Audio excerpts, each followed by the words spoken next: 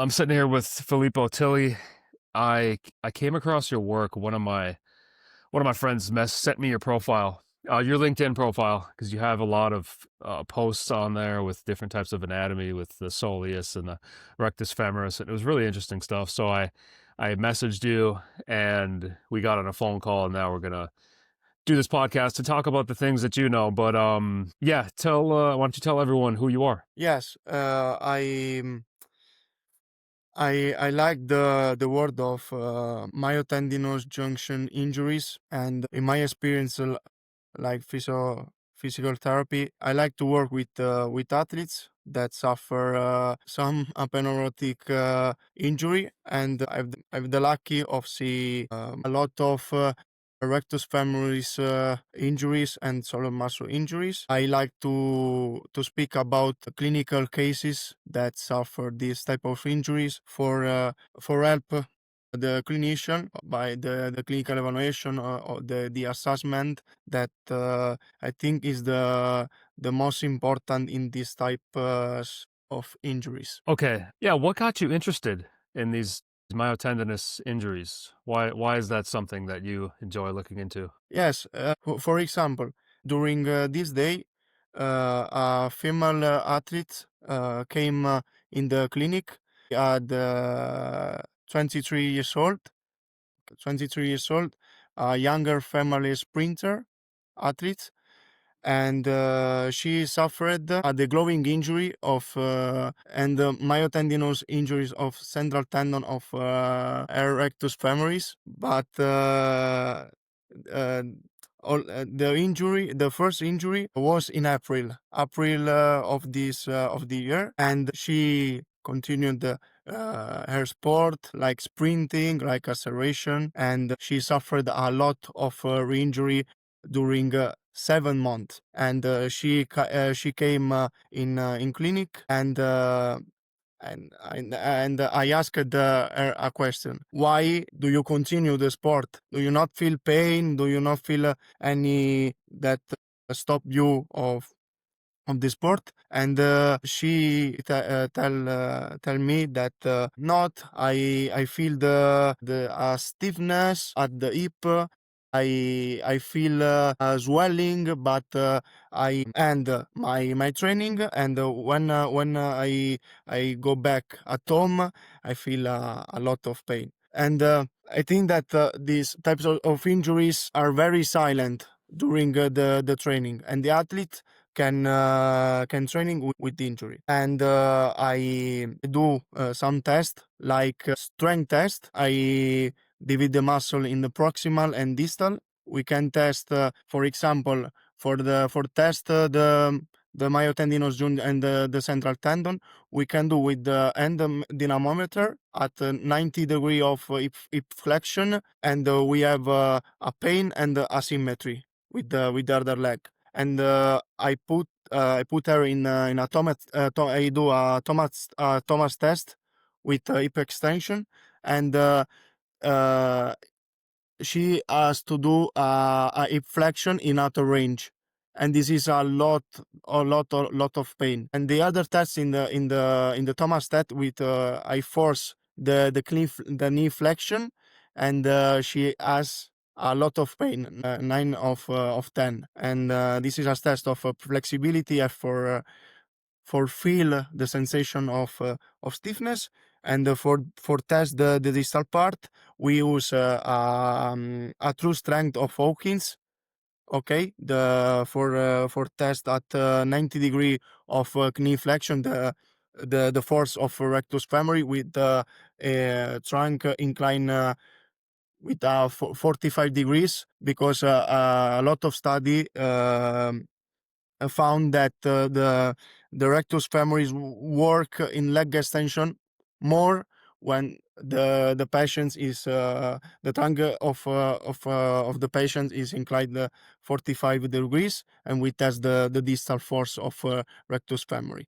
Obviously, first time all the tests with pain, the test of isometric force, flexibility, stiffness, and the most full interesting part with the palpation of the central tendon that like a cord into the muscle that form a muscle within a muscle, a lot of stiffness scar tissue, because she during this time, this 70 month, she continue sprinting, and the overstimulus produce non-functional scar tissue. I think that the education at the first time is very important. You have to the prognostic is 80 week, and we need time, and we have to remodeling this scar tissue with long time isometrics,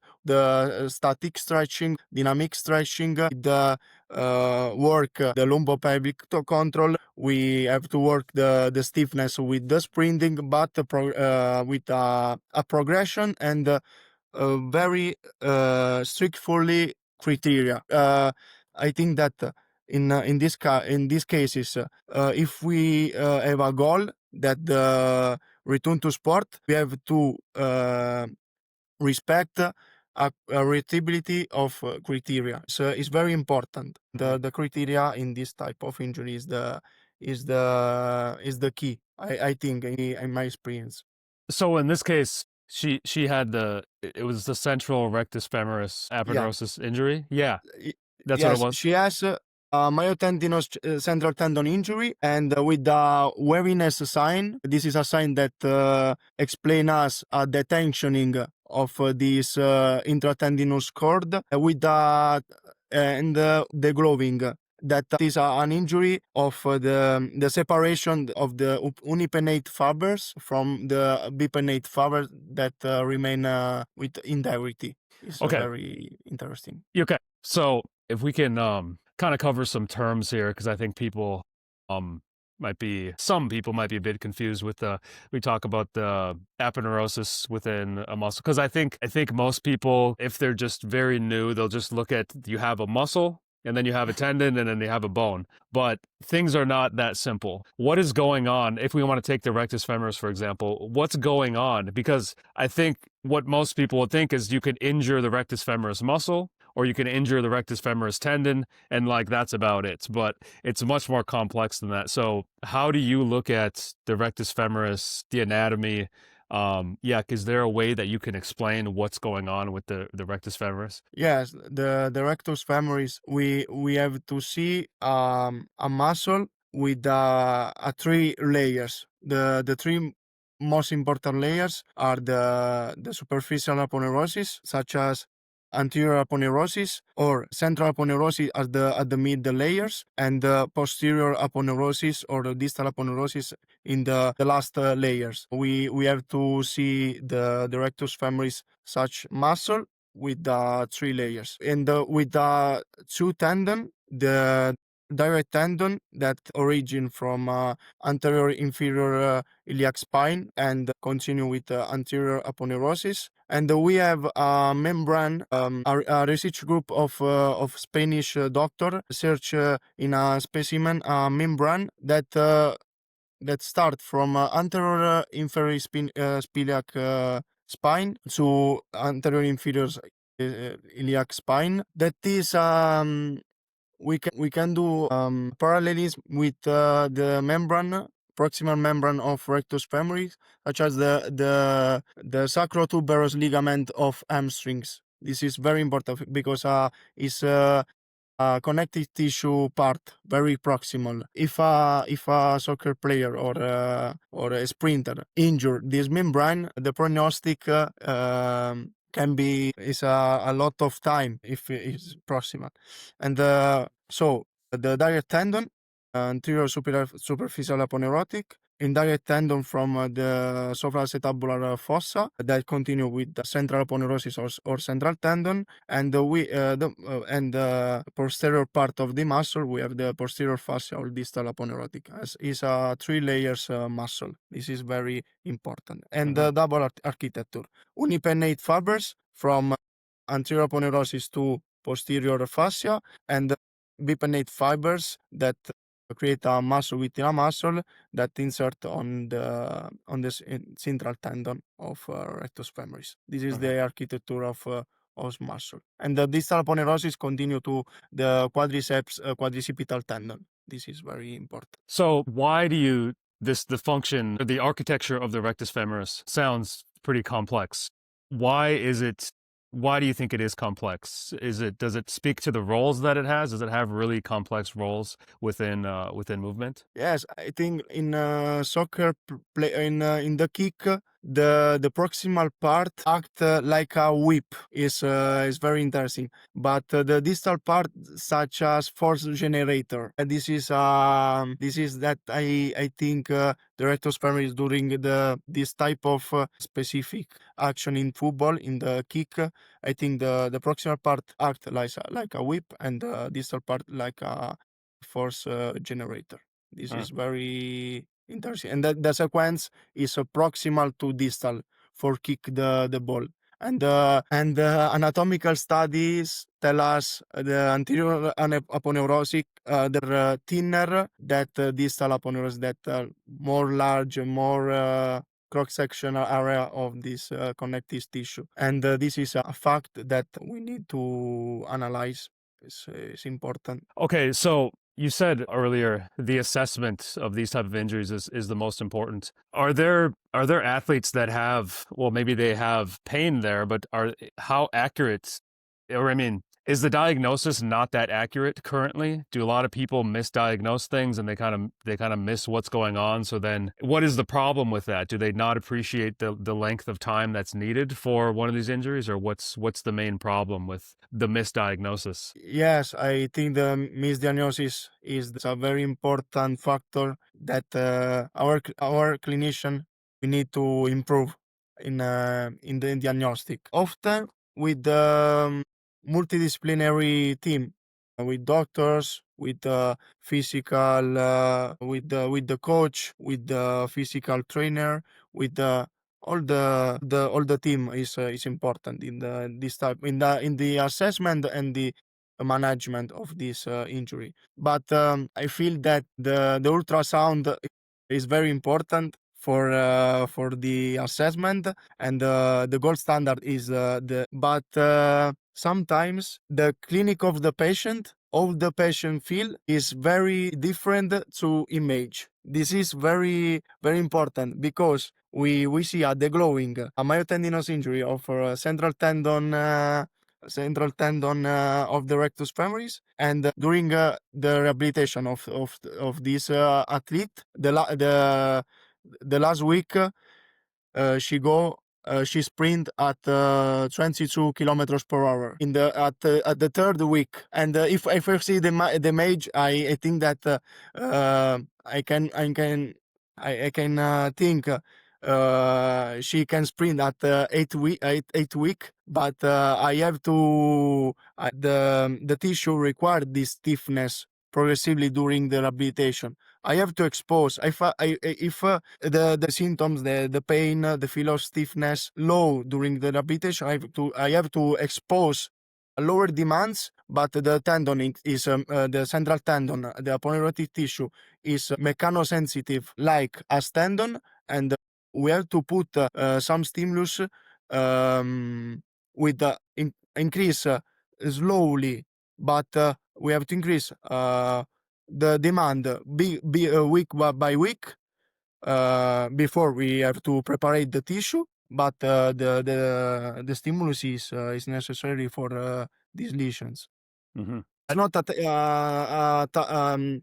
it's not only time and image. It's progressively a stimulus of the tissue. Sorry, Jake. Yeah, no. How do you look at the versus so a tendon? The kind of the rules with the tendons is like in earlier you said this girl she won't have much pain during the activity, but it's when she gets home that the pain will really come about. The tendons kind of the same, like regular tendinopathies is you get the warm up effect and then you're able to compete. Really bad tendons, I guess you get pain during the activity, but then it's always later in the day that pain comes about. And then basic tendinopathy, you're just progressing the loading. Is there any differences with the rehab or with the pain symptoms with these type of injuries that you're talking about? Or is it pretty much the same with tendons? It's pretty much the same. Patients with tendinopathy feel stiffness during the morning. This is a differentiation diagnostic, but in a myopneurotic injury, we use EV slow resistance training. We use long time isometrics, but in myotendinous junction is very important the dynamic stretch, the dynamic stretching or the static stretching for a long time. 30, 40, 1 minute seconds, sorry, 1 minute of stimulus of passive stretching for decrease the stiffness of tissue. And she have to do all the days the decrease of stiffness with static stretching, dynamic stretching, with neurodynamics of the femoral nerve, with foam roller, manual therapy, all the days, because we have to decrease the non-functional stiffness. In the clinic, we have to put all the days long time isometric of the protocol of Kate Bar, but in the clinic we have to put EV slow resistance training, we have to put outer range exercise, centrics, we have to put stiffness stimulus like sprinting. We uh, we have to wait 72 hours for put another stimulus of stiffness. 72 hours is the tissue require this time for accept another type of stimulus. During the time we can put concentric exercise if it's low, but the stiffness stimulus is like sprinting. 72 hours, 3 days of rest And by that's because, sessions. yeah, because if you're going to do that stiffness, that sprinting on consecutive days, you think it's just too much. And Yeah, does it get fibrotic and lay down bad collagen again and yes, get, yeah. yes. Because and sprint with DOMs is not very accurate. We have to sprint without DOMs. I think that is very important. Craig Purdam, a physiotherapy of Australia, talk about that uh, hamstring injuries during rehabilitation. Running and sprinting with DOMs is not very good for the myotendinous injuries. To the rest is 72 hours for the for this type of injury during these weeks. Okay. I recently had a consult with, I think he was a ex-rugby athlete, and I think he has this rectus femoris injury that you're speaking of. In the rehab, what are you focusing on in the rehab? Like, you kind of talked about this fibrosis that's happening and it's getting too stiff and the collagen's getting disorganized. What are the exact things you're doing? I mean, you kind of said the long holds, like the Keith bar holds, or even going a bit longer. What are the exercises you're doing to hit that area within the rectus femoris so that you can kind of make it healthier again? Yes, it's very important the technique that the athletes do the static stretching, because a lot of athletes don't say, oh, we can stretch the rectus femoris. It's very important do the stretching of this biarticular muscle of rectus femoris with a retroversion of the pelvis and stay and hold in this position. We use a box with a knee flex, and we can do the exercise with a retroversion, and the athletes feel the tension of the muscle in 40 seconds. But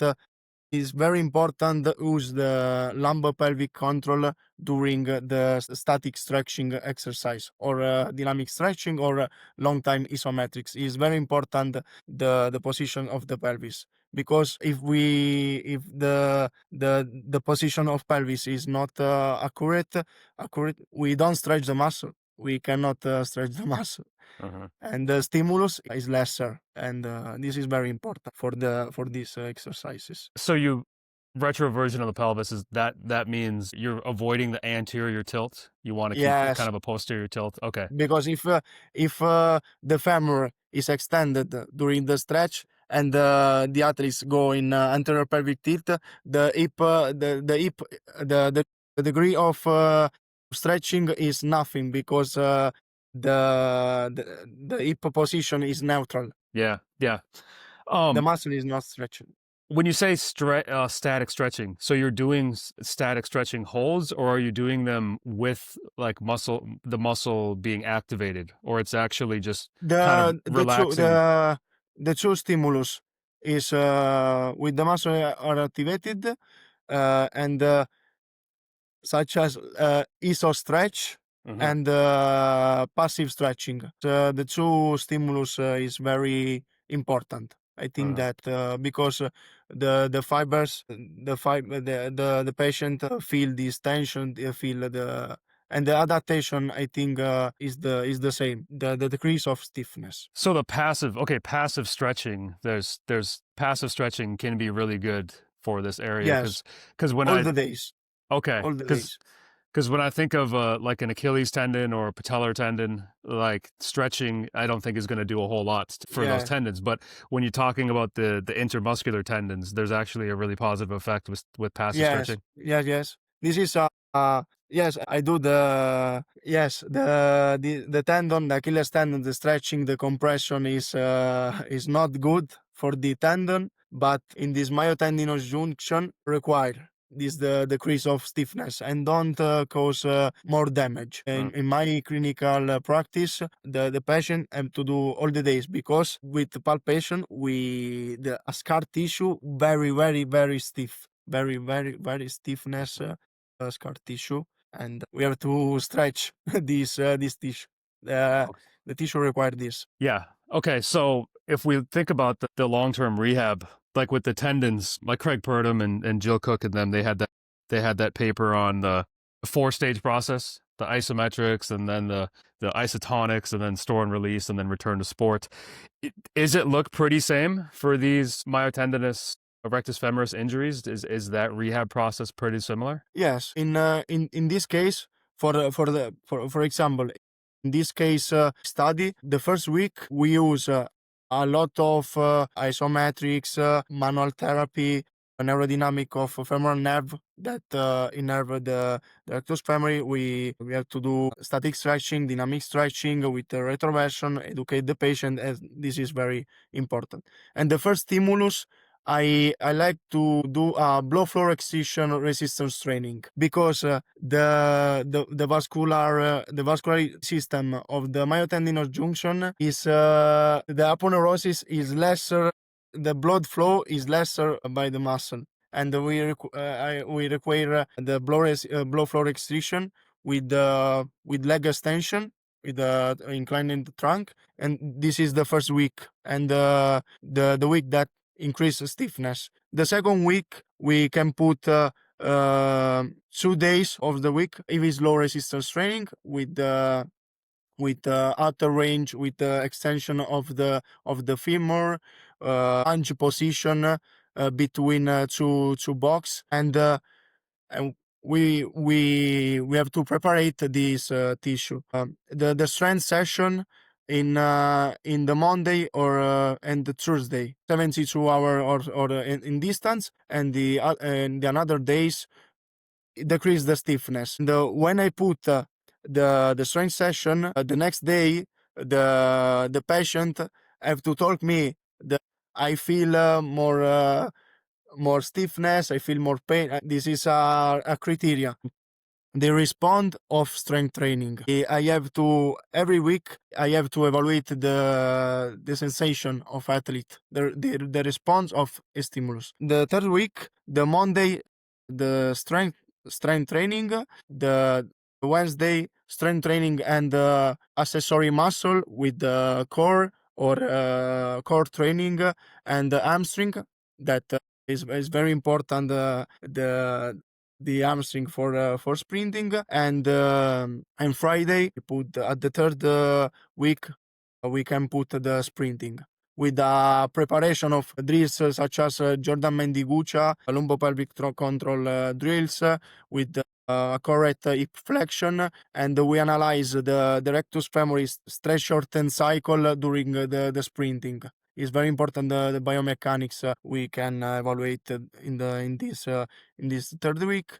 So I put like this the stimulus. Okay, so when I look at the patellar tendon, a lot of people get it from jumping and landing and decelerating, and then Yeah, Achilles tendon, just because everything you do as an athlete loads the Achilles tendon. What are the type of people that are getting these myotendinous rectus femoris injuries? Is it people that are doing a lot of kicking, or what are the main groups of people that you see this in?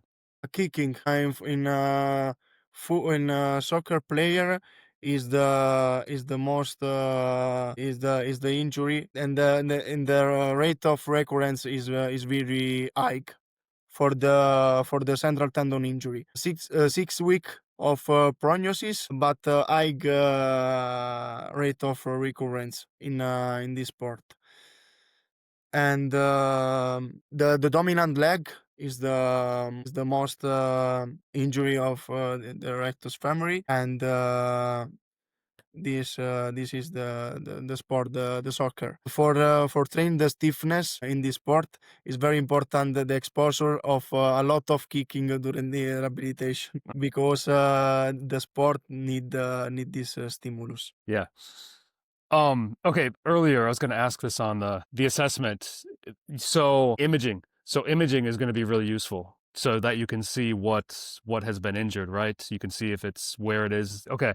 And an MRI is going to be better than an ultrasound to see where this is? The ultrasound, the MRI is the gold standard, but the MRI tell us the diagnostic. Yes, central tendon involvement, posterior aponeurosis involvement, okay, but don't tell us the clinic of the patient. The clinic of the patient, the prognosis is the sensation is patient patient focused, Mhm. not image focused. Yeah. This is very important because the image, the edema persists a lot of months following the injury. We can see the edema, but edema cannot stop us. We have to go back sprinting and explosive actions in 80 week, and if the patient respect all the criteria, okay, we can go. But the MRI, the edema persists a lot of time, and we can see this. And in soccer team, they see a lot of MRI. Thing is not very. I think that MRI prolonged the return to play times is very important factor. Mm. It prolongs More because clinic, yeah. less image at the first time for diagnosis, and we have to put out during the rehabilitation. Yeah. Okay. Okay, I want to move on to the soleus, your other area. But before we do you have anything else on the rectus femoris, or do you feel like you've covered everything you wanted to say about that? Good. Okay. Yes, yes, yes. Okay. Yeah. So your other area outside of the myotendinous issues with the rectus femoris, you have a lot of stuff out there with the soleus, the aponeurosis soleus issues. Yeah, different injuries with the soleus. So could you first start when we talk about the soleus? So you have the two gastroc muscles, and you have the soleus, and there's a lot of injuries that people get to the soleus muscle, or the aponeurosis, or maybe the myotendinous unit, or there's a lot of things that can happen. Yeah, can you give me just kind of maybe the basic anatomy of the soleus? What does that muscle look like? Is it different between people? Yeah. Yes, the soleus muscle is a muscle, a very important muscle of triceps soleus muscle. And the proximal part of soleus is very important. The tendinous arch, and that we pass the tibial artery, the tibial nerve, and the tibial venous portion at the proximal part, and continue with the central tendon or central aponeurosis, my middle aponeurosis, or and a lateral aponeurosis, and the central tendon continue from the Achilles tendon is very important, and the soleus has anterior aponeurosis and posterior aponeurosis parts, and the most important factor is the anatomical variability can have bipinnate fibers, soleus muscle, bipinnate fibers, medial dominant or lateral dominant soleus muscle. We can have unipinnate soleus muscle, multipennate or hypopennate without fibers of soleus muscle. And an individual can have different soleus muscle between same legs in the same individual.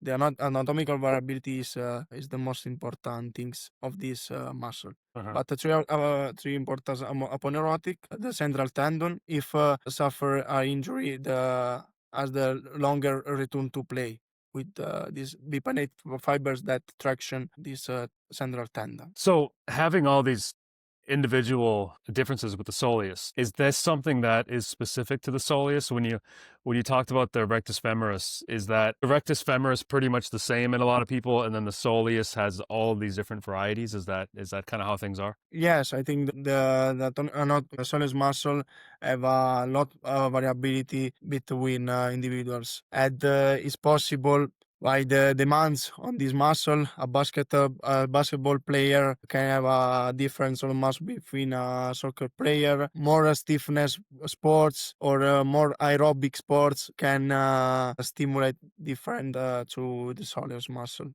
And this is an opinion. The anatomical variability is a fact, and this is the most important things of the muscle. Okay, these aponeurosis that are in the running through the soleus, it's like a tendon within the muscle. Why do you think there's so many aponeurosis within the soleus? The aponeurosis, the central tendon act very same at the rectus femoris, layers that with this the layer displacement into the muscle and the traction of bipinnate fibers. This is and middle aponeurosis and the lateral aponeurosis, the basically anatomy of the soleus muscle. So you can have a medial dominant or a lateral dominant. Yes, Soleus, yes. yeah. So how does that work? Do you have more More muscle or? connective tissue part. Yes, a more connective tissue, aponeurotic tissue of the medial aponeurosis. This is medial dominant, or more connective tissue of the lateral aponeurosis, and this is lateral dominant. Mhm. But the muscle is bipinnate in these two cases. Yes. Okay, so we talked about that rectus femoris. Those injuries happen a lot in the people kicking Yeah. things. Soleus injuries. What are the soleus injuries that can happen? And then what type of people get these? I think that the epidemiology, rugby players, AFL players suffer this type of injury, soccer player, and I think that the mechanism of injury is a lot of time is acceleration with the first step. And the first step very similar to the Achilles tendon injury, but in these sports we can put on the factors the chronological age. Patient with more chronological age have low quality connective tissue of the soleus muscle and can suffer this type of injury. The fatigue is a factor, but the mechanism are running related, and most of times running related. What's the injury? What is the injury that typically occurs to the soleus? The central tendon injury is the most commonly, but the three aponeurosis are in general most commonly injury in this muscle. The aponeurotic injury, and I have the lucky to see a lot of calf injury. We have a soccer player that is 45 years old. He suffered a severe ankle injury in the past, and we say when the ACL injury, the quad inhibition is a factor that we manage during the early phase of rehabilitation. And in a ligamentous injury of the ankle, we have a soleus inhibition. This is very important. And during the rehabilitation, when a patient suffered a ankle sprain with a ligament extrusion or ankle fracture, is very difficult um, put the symmetry between the two soleus muscle, because we have a lot of inhibition for a long time, for a lot of months. We can do strength training, we can do stiffness, plyometrics, but the inhibition of soleus for ankle injury is very important Okay. things. Even severe, so people that sprain their ankles, like basketball players, does it have to be a really severe ankle sprain, or even if you get like a kind of a minor one, do you still see these problems with the soleus? Yes, I think that not only severe sprain, but simple peroneal astragalic ligament of the not severe grade can produce a soleus inhibition.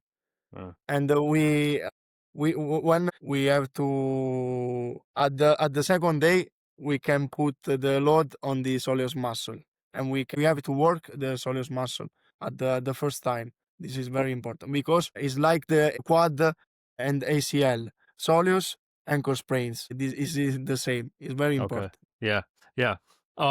Okay, these people that get these soleus injuries with the rectus femoris, you talked about the imaging, MRIs, ultrasounds. How useful is imaging to distinguish what's going on with the soleus? Yes, ultrasound is possible to see the edema at the central tendon, but the gold standard is the MRI in the soleus, because is more accurate. But at the same time, the edema persists for a long time. We see in the clinic an elite ex-football player that played in the past in an elite soccer team, and he suffered a soleus muscle strain, and the edema persist in the ultrasound after 3 months and the 4 months. That is the same of rectus femoris. For the diagnosis, soleus muscle injury require MRI, but the clinic is different from the image, Mhm. the management and the assessment. During the sport they can get through, and then that pain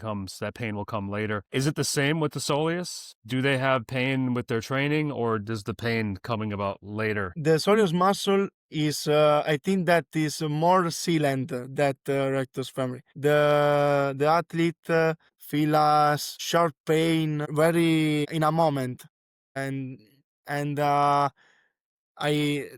my calves are stiffness, but they don't feel more symptoms. But if we have a very important mechanism such as acceleration, the soleus muscle injury is painful. This is if the mechanism injury of an athlete of NBA, Giannis at the combo of the Milwaukee Bucks, suffered a soleus muscle injury, and he feel a lot of pain Mm. because during an acceleration, body weight on the angle in dorsiflexion, and he feel a lot of pain, Yeah, and I it's different. yeah, I remember that injury because Yes, he wasn't running very fast. It didn't look like he was running very fast, and then he fell down, and it was like yes, it looked like I was sure that it wasn't an Achilles. I was pretty confident he didn't tear his Achilles because he was moving so slow. It looked like, the pain. So yeah, you answered that with the pain. I'm curious on the pain with the loading and the training. So if you're rehabbing someone from a soleus injury, is it silent? Is the pain silent during the activity? And then, yeah, what's the pain like when you're rehabbing them? yes. If the rectus femoris is is um is painful during the dynamic the stiffness training with sprinting, the soleus muscle is very very silent during rehabilitation, during strength training. But if we put a lot of the soleus, the soleus is painful. The load. The manage of load is very important, because the highly load in range of motion of angles during the strength training, the patient can feel pain. In all the case, we can see the gap in the central tendon.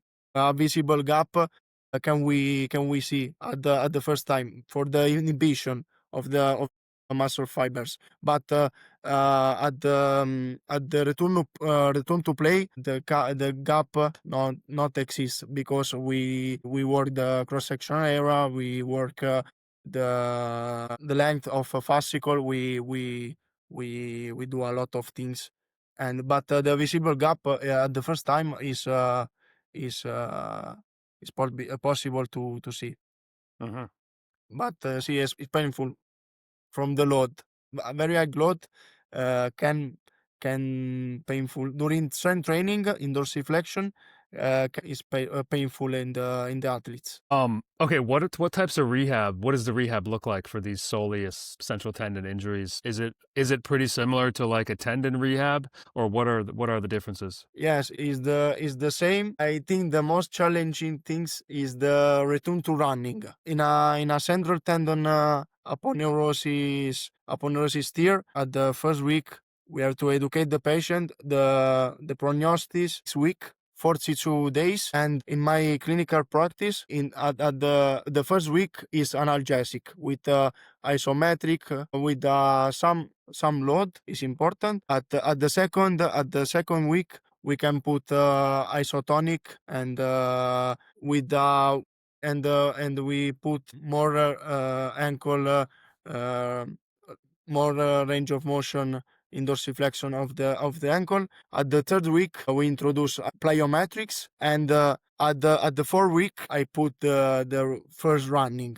but interval running with lower distance, more repetition, and more rest between the repetition, the meters. This is very important. Not accumulated a lot of intensity, a lot of volume, and the running the rest between running time is 72 hours. This is a very very important, and the warm up is isometric isotonic with if it's low resistance training, 2 sets of 8 repetition. Okay, 7 of 10 or 2 effort, plyometrics, pogos, and we can run. And we at 4th week we can do the strength after the running, not at the first time, because the ugly force can provoke a fatigue to the soleus muscle, and the athlete go to run with a high rate of fatigue. This is a Mhm. risk factor Mm. during the rehabilitation. Okay, so static stretching, are you doing that Not in these soleus? in this case, not. In this case, we cannot put the stretching is similar to Achilles tendon. Mhm. In rectus femoris, okay. In this case, we cannot put stretching. No, no dynamic stretching, no static stretching. Manual therapy, but I feel that stretching is a not good stimulus for central tendon aponeurotic injuries of soleus. So with yeah, well, I guess with this one, probably rectus femoris too, but that the pain. So like your ideas of you have these weekly progressions of doing things, do they ever kind of get delayed and you have to slow down because people get in pain, or what are you kind of listening to guide your progression? I think that for the biological time and the literature is very important for the prognostic factor. I think that with a central tendon aponeurotic injury, the literature tell us that I cannot put the athlete at the 3rd week to running. It's a mistake that the biological time of aponeurotic tissue uh, is longer than muscle. A muscle injury of soleus or myofascial, 3 weeks, okay, but aponeurotic involvement, 3 weeks more. 6 week is the time. Mhm. 42 days. What is that is it about 2 times as long as a muscle injury, or what is that known, the exact time frame of how much slower an aponeurotic thing heals versus a muscle? 3 weeks more, I Okay. think. Okay. 3 weeks more. If issue like the girl the female sprinter. I think the return to sprint at high velocities is 80 week. We have to do more times, more sessions during the rehabilitation. But if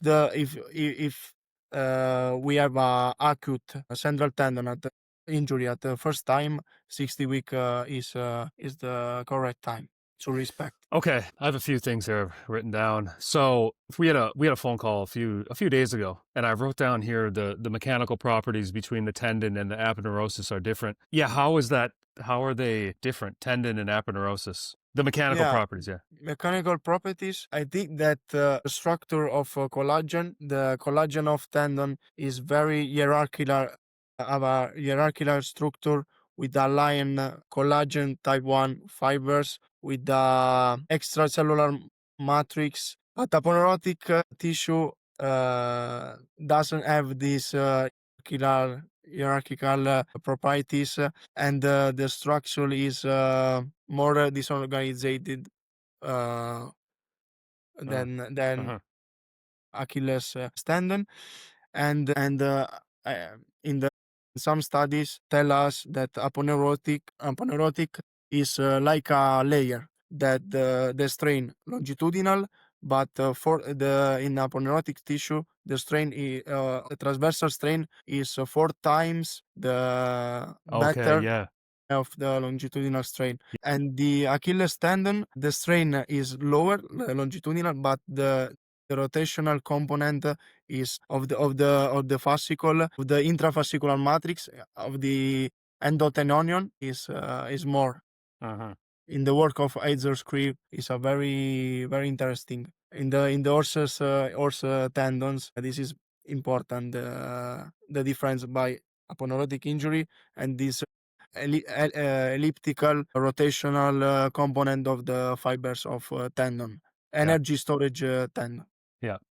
Okay, that makes sense because when we had our phone call, I was really trying to understand. You were saying when because the aponeurosis, if they're running lengthwise down the soleus, that they don't strain longitudinally, but they strain transverse, and Yes, are you thinking that they're straining transverse because that's where the muscle fibers are pulling on them because the muscle's pulling kind of in yeah, that diagonal direction? Okay, versus yeah, yes.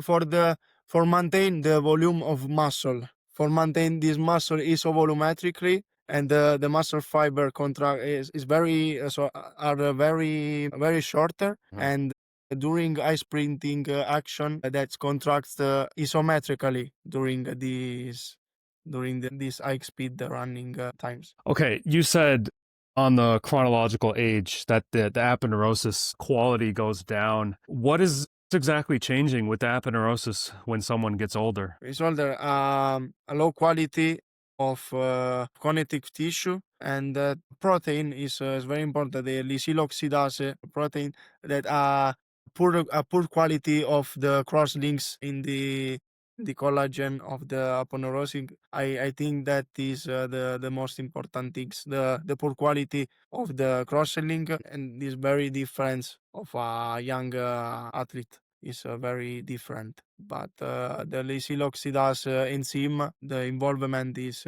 important for the structure, as for the environment of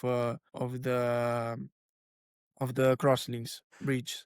Yeah. So with tendons, they as someone gets older with their tendons, they get more, I guess the structure can get more brittle. It doesn't want to be as elastic, kind of like having probably Mm. fibrosis type things, and the interfascicular matrix kind of dries up.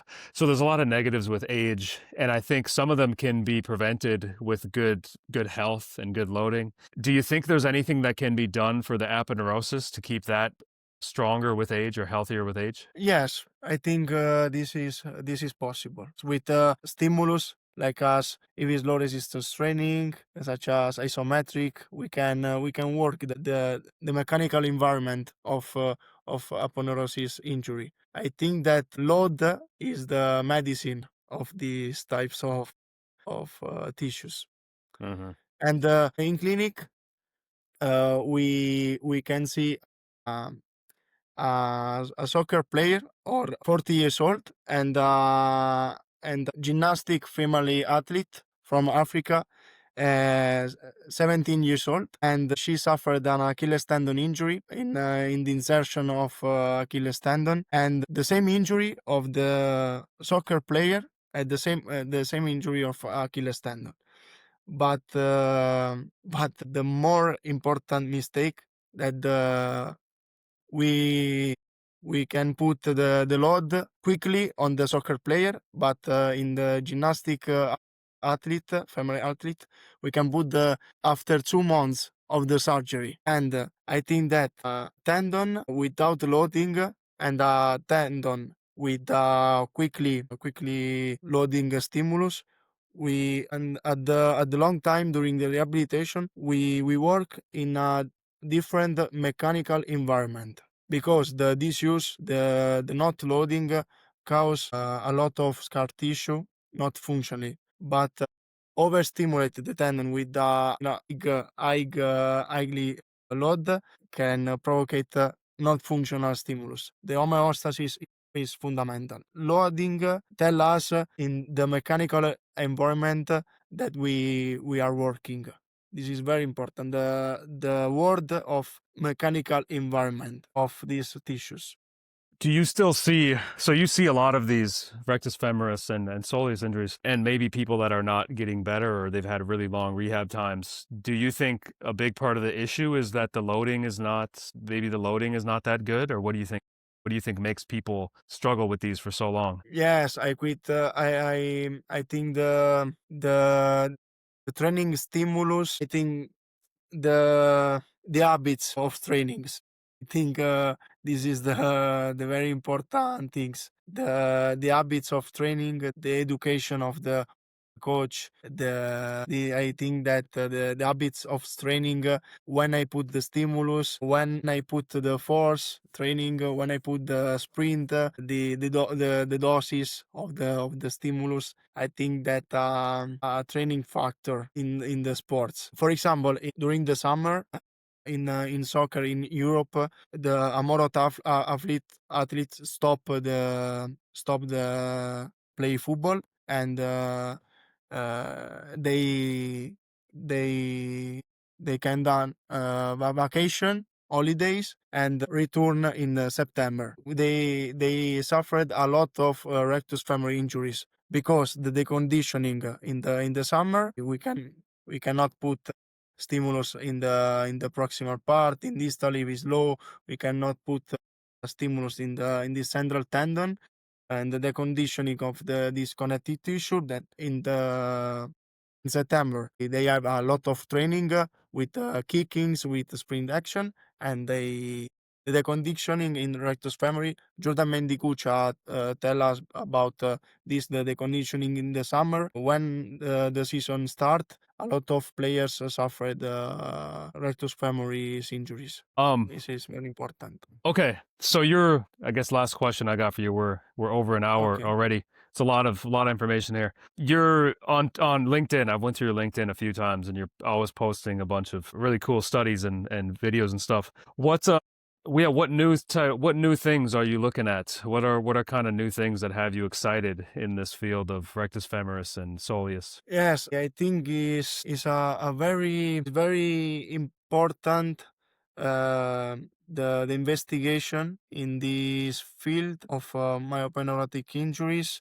I think that physical therapists, coaches, doctors, we have to do a multidisciplinary approach, and we need a lot of literature, scientific literature for understand for the management of this type of injury. But we require quality works for improve, because the things of the pain, the things of the weekly stimulus is very professional dependent, and in the world of the injury and the rehabilitation, the performance, we need some literature for for improve the management of these injuries. Anatomical studies, histological studies, the response to EV slow resistance training, muscle biopsies. This is very important.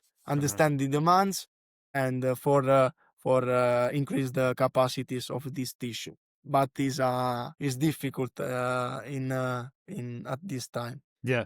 It's difficult. Yeah, a lot of information here. If people want to see more of the things that you're posting online, where can people find you? Yes, I speak all days with a physical therapist that ask me clinical advices with our patients. If ask me clinical for the management of this tissue, such as groin pain, soleus muscle, myotendinous injuries, and I ask them the problem with the management, and my attempt is help the professional for their work with the people, with the athletes. I think that in LinkedIn, such Twitter, we have to help us for look strategies for help the people and patients. This is the powerful message for the all professionals. This is Yeah. the most important things of the podcast. Yeah. Okay, I'll link your LinkedIn in the show notes, and I guess whatever other social media things you have. But Filippo, thank you. This has been a great show. Thanks for coming on. Thank you so much, Jake. Thank you so much for your time, and pleasure for me in staying in this podcast. And I I like this conversation, and we need some investigation. We need to work all the days for improve our clinical practice. Absolutely. All right, man. Thank you. Thank you, Jake.